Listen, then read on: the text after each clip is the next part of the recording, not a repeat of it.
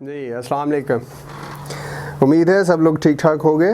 और हम पढ़ रहे थे चैप्टर नंबर 13 और उसकी एक्सरसाइज 13.1। उसके 4 क्वेश्चन हम कर चुके हैं लास्ट वीडियो के अंदर। इस वीडियो के अंदर इसका लास्ट क्वेश्चन जो है 13.1 का क्वेश्चन नंबर 5 वो हम इंशाल्लाह आपके लिए अभी सॉल्व करते हैं। क्वेश्चन नंबर 5 की अगर स्टेटमेंट पढ़ें तो वो लिखा है, वो कह रहे हैं इन द ट्राइंगल फिगर, आपको सामने एक ट्राइंगल दिया हुआ है और उसके एक ट्राइंगुलर फिगर और एक ट्राइंगुलर फिगर दिया हुआ है जिसके अंदर वो कह रहा है measurement A B is greater than measurement A C, B D and C D are the bisectors of angle B and C respectively. वो कह रहा है कि आप प्रूव कीजिए that measurement B D is greater than measurement C D. मैं आपके लिए ये ट्राइंगुलर फिगर बनाता हूँ पहले, उसके बाद फिर हम इसको सॉल्व करते हैं। Like this one is the triangular figure.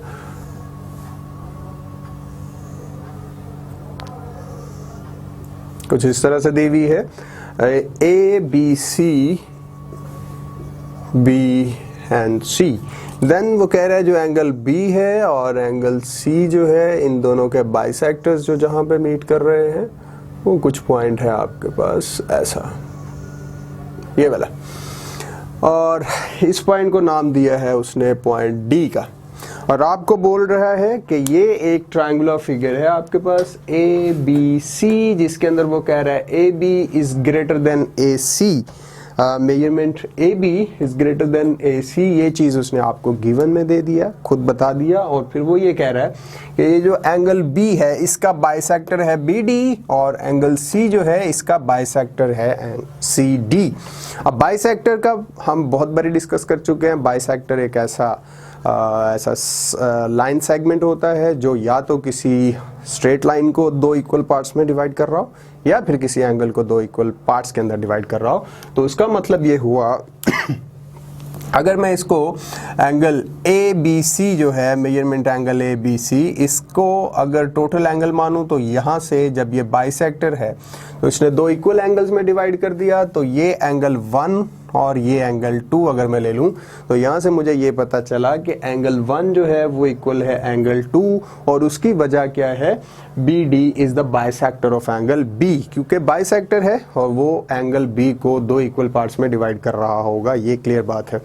इसी तरह C D bisector angle C का, तो उससे मतलब ये हुआ that angle 3 is equals to angle 4। यहाँ से ये पता चला कि एंगल सी का बाइसेक्टर सी डी है, तो क्लियर हो गया कि अगर ये बाइसेक्टर सी डी इस एंगल का एंगल सी का है तो ये दो इक्वल पार्ट्स के अंदर इस एंगल को डिवाइड कर रहा होगा। हेंस आपका इस लाइन से ऊपर वाला एंगल 3 इक्वल होगा इसी बाइसेक्टर लाइन से नीचे वाला एंगल जो एंगल 4 है। अब हम यहाँ से देखते हैं जो हमें स्टेटमेंट पता है और जो चीज़ हमें यहाँ से रिक्वायर्ड है वो भी लिख लेते हैं। तो हम सबसे पहले लिखते हैं जो गिवन डेटा है हमारे पास वो है इन triangle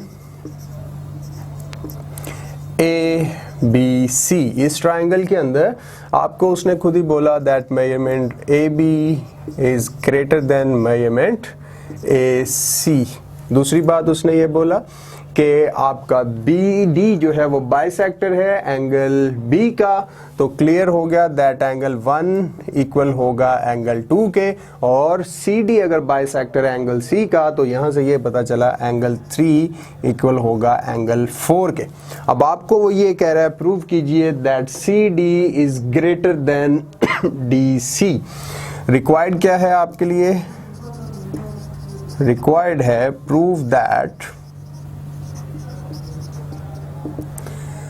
B D measurement B D is greater than measurement C D. ये आपको प्रूव करना है। तो देखिए बहुत ही सिंपल है।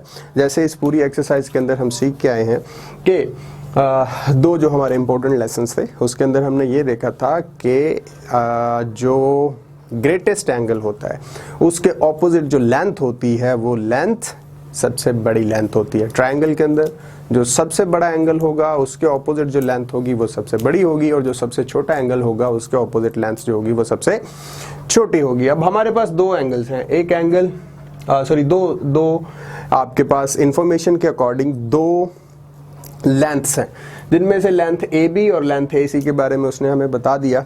अब वो ये कह रहा है कि लेंथ ए बी जो है वो लेंथ बी सी से बड़ी है।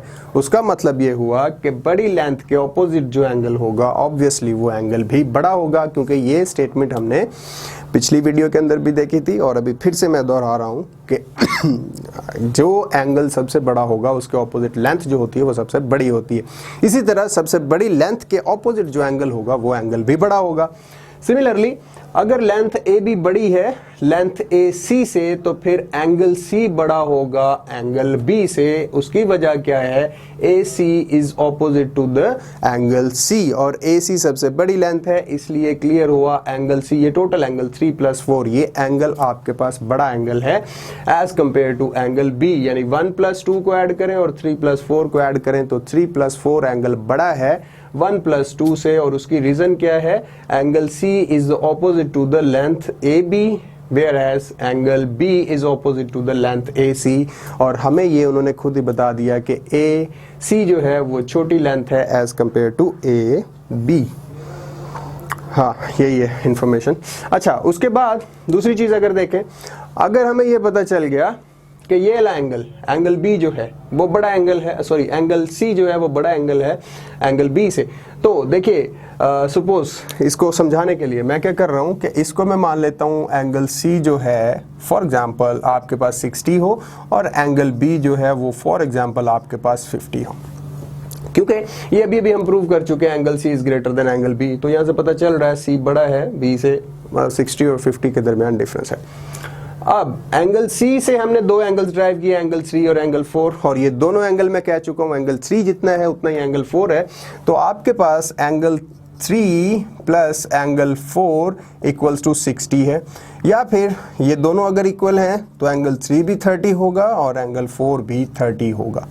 That's how this two become 60 degree. तो इससे ये पता चला 3 भी 30 है 4 भी 30 है, और इसी तरह एंगल B जो है वो एंगल 1 प्लस एंगल 2 के इक्वल है और वो 50 डिग्री है, तो फिर एंगल 1 भी 25 होगा और एंगल 2 भी 25 होगा, तभी ये दोनों इक्वल भी होंगे और 50 डिग्री के भी इक्वल होंगे। ये चीज़ करने की ज़रूरत क्यों पेश आई मुझे? ये आपको कॉन्सेप्ट देना था कि अगर एंगल C एंगल B से बड़ा है तो एंगल C का हाफ एंगल B के हाफ से बड़ा होगा। मतलब 330 है 125 है 430 है और 225 है, तो एंगल 3 ग्रेटर होगा एंगल 1 से B और एंगल 2 से B। इसी तरह एंगल 4 ग्रेटर होगा एंगल 1 से B और एंगल 2 से B। यहाँ से हमें ये कंक्लूजन मिला, और अगर हमें ये कंक्लूजन मिल चुका है कि एंगल 3 ग्रेटर है एंगल 1 से और एंगल 4 ग्रेटर है एंगल 2 से, तो फिर आप देखिए इस ट्रायंगल के अंदर BDC ट्रायंगल के अंदर सिर्फ इतनी ट्रायंगल देखें तो लेंथ आपके पास DC और BD दो लेंथ हैं, तो एंगल 4 के ऑपोजिट जो लेंथ है वो BD है, तो इसलिए BD लेंथ बड़ी होगी DC लेंथ से, क्योंकि एंगल 4 बड़ा है एंगल 3 के और यही एंगल 4 बड़ा है एंगल 2 के, और यही वो पोस्टुलेट है जो अभी हम सीख चुके थे लास्ट वीडियो के अंदर, और इसके अंदर फिर से बता रहा हूँ कि वो पोस्टुलेट दोबारा से रिपीट कर देता हूँ। है क्या हमारे पास कि length opposite to the greatest angle is always considered as the largest length, यानी जो बड़े एंगल के ऑपोजिट लेंथ होगी वो लेंथ बड़ी कंसीडर की जाएगी दूसरी लेंथ से। तो ये इस तरह से ये क्वेश्चन आपका छोटे से एक दो चीज़ें इनकॉर्पोरेट करते हुए ये कंप्लीट हो जाएगा। हाँ, इसको सॉल्व कैसे करते हैं मैं अभी आपके सामने इसी को सॉल्व भी करते हैं। तो सॉल्व करने के लिए आपको पता है हम रीज़न और स्टेटमेंट देते हैं, तो इस साइड पे मैं रीज़न लिखते जाता हूँ और इस साइड पे स्टेटमेंट लिखते जाता हूँ। ये बिल्कुल सॉरी, इस साइड पे स्टेटमेंट लिखते जाते हैं हम और दूसरी साइड पे हम रीजन्स लिखते जाते हैं, और इस साइड पे आएगी आपके पास रीज़न। रीजन सबसे पहले इन ट्रायंगल लिखिए ABC, सबसे पहली जो रीजन है वो है हमारे पास measurement AB is greater than measurement AC, और ये स्टेटमेंट की रीजन क्या होगी कि ये हमें गिवन था। उसके बाद angle BCD is greater than measurement angle ACD और BCD से मेरा मतलब है सॉरी BCD नहीं ABC एक्चुअली सी एंगल से मेरा मतलब है ये वाला एंगल बी, और measurement angle A C D से मेरा मतलब है, ए सी बी से मेरा मतलब है ये वाला एंगल सी। अब ये भी हमें गिवन है, और उसकी रीजन क्या है, गिवन की बजाय हम रीजन इसके अंदर ये लिखेंगे, the length opposite to the angle opposite to the largest length, angle opposite to greater angle is larger. ये इसकी स्टेटमेंट, इस स्टेटमेंट की हम रीजन दे देंगे। बिल्कुल इसी तरह अभी जो चीज अभी हमने प्रूव की थी कि half of angle B is less than half of angle C, या फिर half of angle A C D is greater than half of angle A B C. Similarly half of angle A B C is greater than half of angle, आप यहाँ पे angle C ही लिख लीजिए, ए B सी की बजाय आप angle B ही लिख लीजिए, और यहाँ पे हाफ ऑफ एंगल सी, इससे ही आप लिख रहने दीजिए। ये भी आपको क्या है, गिवन हो गया।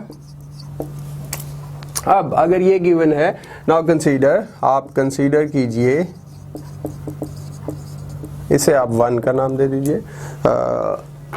आप कंसीडर कीजिए triangle B D C. Now consider triangle B D C. अब बी डी सी के अंदर आप बता चुके हैं, बल्कि इससे पहले सॉरी इससे पहले आप यहाँ पे ये बता दीजिए half of angle B is greater than half of angle C, तो आप ये बता दीजिए angle 4 half of angle C is greater than actually half of angle B, और यहाँ पे अभी आप बता दीजिए हाफ ऑफ एंगल C, आपने एंगल C का हाफ लिया हुआ एंगल 4 और एंगल 3, तो आप सिर्फ इतना बोल दीजिए angle 4 is greater than angle measurement angle 4 is greater than measurement angle 2। ये चीज़, इसे आप 1 नाम दे दीजिए।